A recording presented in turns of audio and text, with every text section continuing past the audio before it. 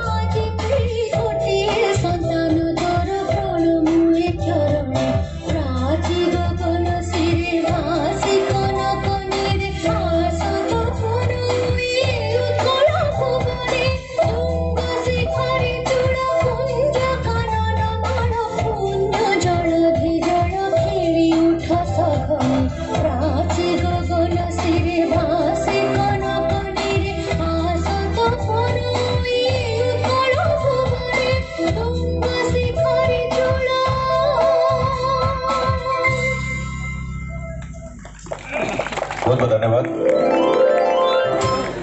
बर्तमान जमी कह जाए घर को किए कुणी आसिले आम स्वागत जनाऊ कहीं हिंदू धर्म रे हिंदू संस्कृति रीतिनीति परंपरा रे कह जाए अतिथि देवो भव